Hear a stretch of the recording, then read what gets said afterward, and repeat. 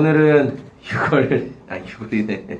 6장인데 1월 13일 토요일 헬라파 지도자를 세우다라는 그 내용입니다. 사도행전 6장 1절에서 15절 말씀인데요. 저는 일단 1절에서 보면서 제자들이 점점 불어났다. 이 시기에 제자들이 점점 불어났다라고 말씀하면서 성령님이 그 각 제자들의 삶에 막 강력하게 역사하시다 보니까 늘어날 수밖에 없는 거죠.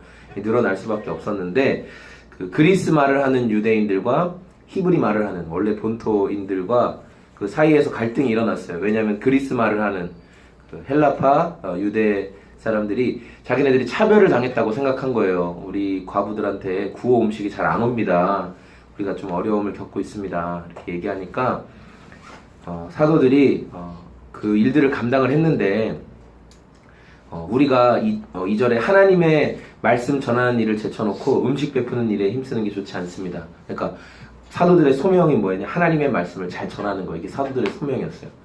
그래서 이렇게 행정적인 영역들은 여기 아래 보면 이제 잘 섬길 수 있는 사람, 신망이 있고 성령과 지혜가 충만한 7사람을 여러분 가운데 뽑으십시오. 이렇게 이제 위탁을 한 거예요. 여러분들이 그렇게 뽑으십시오.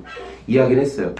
그리고 이분들은 이제 그 일들을 기도하면서 준비를 했죠. 그래서 이제 7명이 쭉 뽑혀요. 뭐 스데반부터 시작해가지고 이제 니골라까지 뽑히게 됐는데 사도들이 기도하고 그들에게 안수하였다 하고 그렇게 딱 끝나요. 그러니까 이게 무슨 말이냐면 사족을 붙이지 않았다는 거죠. 왜 이 사람 뽑았습니까? 왜 이 사람을 세웠습니까? 여기 나오는 스데반과 뭐 이렇게 뭐 빌립과 이렇게 쭉 얘기할 때 그 성경학자들 뭐라고 얘기하냐면 이 사람들이 다 헬라파 유대인들이었어요. 그러니까 위에는 지금 헬라파와 히브리파들이 서로 붙은 거잖아요. 그러면 누구를 뽑을 때 좀 절반 섞어서 뽑거나 좀 그래도 이렇게 섞어서 해서 뭔가 균형을 맞출 것 같은데 오히려 헬라파가 다 뽑혔는데도 사도들이 아무 말도 하지 않았어요. 위탁했으니까. 사족을 붙이지 않고 기도하고 여러분들이 이제 그 섬김을 감당하시면 됩니다. 이렇게 한 거예요. 그리고 복음은 계속 퍼져나가서 예루살렘의 수많은 제자들이 그걸 믿게 됐고 제사장 가운데서도 복음에 순종하는 사람들이 나타났다는 거죠. 8절에 보면 스데반이 이렇게 역사가 나타나고 백성들 가운데 큰 놀라운 일과 기적을 행했다라는 내용이 나오는데 저는 이 부분을 보면서 이 본문이 이름을 바꿔도 상관없어요. 그러니까 만약에 스데반이라는 거에 이름을 바꿔보세요. 베드로는 은혜와 능력이 충만해서 백성 가운데 놀라운 일과 큰 기적을 행했다. 이게 여러분에게 더 익숙한 본문이에요. 그렇죠? 스데반은 집사님이에요. 안수받은 집사님. 그렇죠? 그러니까 베드로나 뭐 요한은, 야고보는 이러면 우리는 더 이해가 돼요. 그렇지? 사도니까 큰 능력과 지혜가 나타나야지 당연히. 그런데 안수 집사님이 우리 예은이 아버님 정성일 안수 집사님이 큰 능력과 은혜가 충만해져서 백성 가운데 놀라운 행하며 안수 집사님 기도하면 막 병자들이 나고 귀신이 떠나고 이런 능력이 나타나는 거예요. 그럼 예은이조차 이상하게 생각해. 우리 아빠한테 막 이러면서. 그런데 초대교회 집사님들한테는 이런 은혜가 있었어요. 그래서 이걸 보면서 사도나 안수받은 집사나 모두에게서 성령의 능력이 나타났다면 이건 직분의 차이가 중요한 게 아니라 어떤 사람이 했느냐가 중요한 게 아니라 그 일을 행하시는 주체이신 성령님이 중요한 거예요. 하나님이 하시는 거지. 너는 목사니까, 너는 전도사니까, 너는 뭐 사역자니까 이런 일을 할 수 있고 나는 뭐라서 안 돼. 그러니까 우리가 양육자들이잖아요. 여러분들도 동일한 질문 하셨어요. 아우 그렇게 영혼 돌보는 거는 목사님들이 하는 거지. 뭐 전도사님이 하는 거지. 사역자잖아요. 사역자 당신들이나 하는 거지. 우리는 나 하나 돌봄받기도 바쁩니다.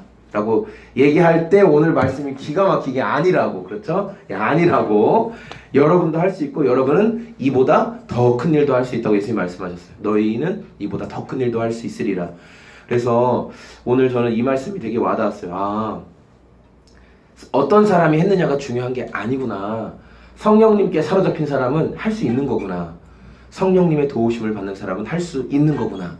라는 것을 오늘 좀 깊이 묵상하면서 지켜보게 되었어요. 그 아래 거짓 증인들이 나타나서 이제 스데반이랑 붙었는데 못 이겨요. 스데반이 성령이 너무 충만하고 하나님의 지혜로 감당하다 보니까 이길 수가 없어요. 그래서 스데반을 거짓말로 막 꿰어가지고 공회에 세우죠.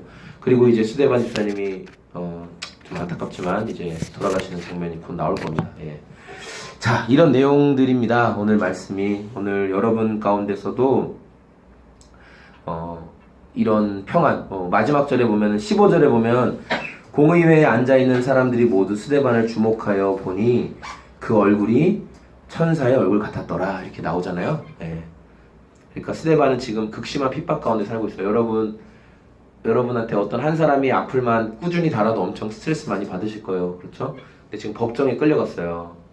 법정에 끌려가서 죽고 사는 문제를 다루는 그 송사 앞에서 얼굴이 천사 같을 수 있다는 것은 비록 자기의 발은 이 땅을 밟고 있지만 마음은 이미 천국에 있는 거예요. 이미 예수님 곁에 있는 거예요. 이미 그분과 동행하기 때문에 그게 얼굴에서 드러나죠. 우리가 마음이 어려우면 얼굴이 굳어요. 근데 이미 그 얼굴에서 누가 봐도 와 정말 천사 얼굴 같구나.